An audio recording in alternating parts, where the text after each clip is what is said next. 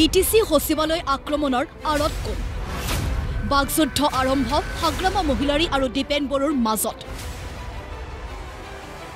28 নৱেম্বৰত 6 জনগোষ্ঠীৰ জনজাতিকৰণ বিৰোধী কোকৰাঝাৰ বিশ্ববিদ্যালয়ৰ এডল প্ৰতিবাদী শিক্ষাৰ্থীয়ে আক্ৰমণ কৰিছিল BTCৰ সচিবালয়ত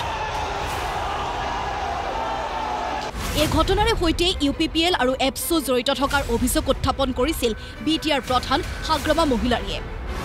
কৰ্মৰত ন্যায়াধীশৰ দ্বাৰা তদন্ত আয়োগ গঠন কৰাৰ কথা ঘোষণা কৰিলে হাগ্ৰামা মহিলাৰীয়ে এইটোতো সেইটা যেটো ঘটনা হৈছে এটোতো প্লেনিংতে কৰিছে আপসু ইনভলভ আছে UPPL ইনভলভ আছে ডাইৰেক্ট ইয়াৰ ওপৰত আমাৰ কোৱেৰি হ'ব কমিশন বহাব আসলতে ক'ত পৰা কেনেকৈ হেতু কোনে ইনষ্টিগেট কৰিছে প্লেনিংটো কেনেকৈ কৰিছে সেইবিলাক সব আউট হৈ যাব অন্ততে আমি ৰিটায়াৰ্ড জাজমেন্টৰ আন্ডাৰত আমি এইটো কোৱেৰি বহাম বহুত ভালকৈ কোৱেৰি হ'ব আৰু আমি এইটো জাজমেন্টটো আমি বিচাৰো কাক এৰেষ্ট কৰিব লাগে নালাগে সেইটো আইনে দায়িত্ব ল'ব আইনে কাম কৰিব আমাৰ ক'ব লগা একো নাই ইফালে কোকৰাঝাৰৰ বড়োফা ভৱনত সংবাদমেল সম্বোধন কৰি হাগ্ৰামাক প্ৰত্যাহ্বান এপছুৰ সভাপতি দীপেন বড়োৰ যদি প্ৰমাণ দিব পাৰে পদত্যাগ কৰি জেললৈ যাম আজি তাৰিখত এই কথাটো লৈ পেলাই যি এটা ৰাজনৈতিক এটা বাতাবৰণ সৃষ্টি কৰিছে মই এই সংবাদমেলৰ যোগেদি যিসকলে আমাক দুখ ঠেলিব বিচাৰিছে আৰু দুখ ঠেলি পেলাই কাৰোবাৰ ওচৰত ৰাজনীতিক খেল খেলাৰ যি এটা পৰিকল্পনা কৰিছে যদি নিখিল বড়ো ছাত্ৰ সন্থা এই ঘটনাত যদি 1% যদি জড়িত যদি আমাক যোনে কৈছে যে তেওঁলোকৰ উচ্চতিনিত হৈছে এনেকুৱা যদি এভিডেন্স যদি আছে 1% যদি এভিডেন্স আছে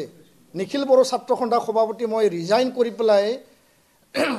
মই জেলত যাব কাৰণে মই সাজু আছো ইফালে চৰকাৰকো ঘটনাৰ সৈতে সাঙুৰি হাগ্ৰামাই ক'লে BTR বাকিয়ে জানিব চৰকাৰৰ সৈতে কথা পাতি কোনে কি ইংগিত দিছিল এটো আমি কি কম এটো আস্তিকে ওলাই যাব ট্ৰাইবেল সংঘ হওক বা আপসু হওক বা UPPL হওক চৰকাৰৰ লগত আলোচনা কৰি কি সিগনেল দিছে দিয়া নাই এটো গোটেই লাহে লাহে সবে পাব্লিকে গম পাই যাব তো এইটো নাটক কোনে কি কৰি আছে এইটো মই নকম এতিয়া কোৱাটো উচিত নহয় মততে ৰাইজে গম পাব জাতিৰ সন্ধিক্ষণত ৰাজনীতি কৰিব নালাগে বুলি মন্তব্য দীপেন বড়োৰ এনেকুৱা ৰাজনীতিক কথাবিলাক এই যে জাতিৰ এটা অস্তিত্বৰ যে সন্ধিক্ষণত জাতিৰ অস্তিত্বৰ এই পৰিৱেশত কৰাটো আমি মানে মুঠেই ভাল পোৱা নাই আৰু এপছু সদায় শান্তিপূৰ্ণ গণতান্ত্ৰিক অহিংস মহাত্মা গান্ধী আৰু উপেন্দ্ৰ ব্ৰহ্মৰ আদৰ্শৰে আমি কাৰ্যসূচী ৰূপায়ণ কৰি আহিছোঁ আৰু ইয়াৰ কাৰণে চিচিটোৱাই যিখিনি কাৰ্যসূচী আমি লৈছোঁ খুবেই শান্তিপ্ৰিয় খুবেই গণতান্ত্ৰিকভাৱে আমি সেই কাৰ্যসূচী লৈছোঁ ইফালে আকৌ এপছুৰ আন্দোলনক কটাক্ষ কৰি হাগ্ৰামাই ক'লে এতিয়া বটলেণ্ড নৰেছ এইবিলাক ওলাব এইবিলাক মোৰ কাৰণে নতুন কথা নহয় ইহঁতে ওলাবই কৰিব সেইটোৱেই ইহঁতৰ যেতিয়া নিজে শাসন কৰিব তেতিয়া আৰু বটলেণ্ড নাই কি নাই সব পাহৰি যায় এতিয়া আপসুৱে মানে দিশহাৰা হৈছে বস্তুটো মানে এতিয়া ক্ষমতা নাই আমি কি কৰিম সেইটোৱেই বেলেগ একো নাই আৰু আপসু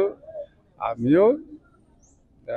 চাই আছোঁ ইহঁতৰ বটলেণ্ড মুভমেণ্টটো কিমানলৈকে লৈ যাব পাৰে